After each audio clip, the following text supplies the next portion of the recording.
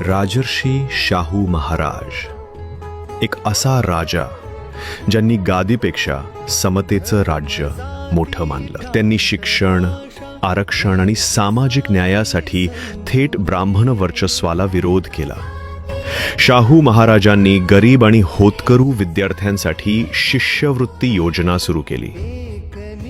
आज जे हक्क आपल्याला मिळालेत त्याच्या पायाभरणीत शाहू महाराजांचा मोलाचा वाटा आहे. 1920 साली बाबासाहेबांनी मूकनायक हे वृत्तपत्र सुरू करायचं ठरवलं, पण त्यांना आर्थिक मदतीची गरज होती. शाहू महाराजांनी पुढे येऊन 2,500 रुपयांची मदत केली. त्यावेळी ही रक्कम खूप मोठी होती. शेतकऱ्यांच्या हक्कांसाठी कायदे केले.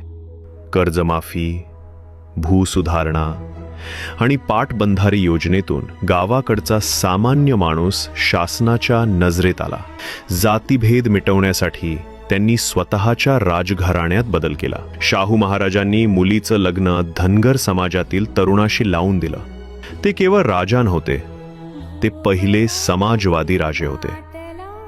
त्यांनी बाबासाहेबांना केवळ मदतच केली नाही, तर त्यांच्या विचारांना मूल्यही दिलं. पण त्यांना स्मरण करून त्यांच्या कार्याला मानाचा मुजरा करूयात. समतेचा इतिहास फक्त वाचू नका, तो आपण सोबत येऊन घडूया.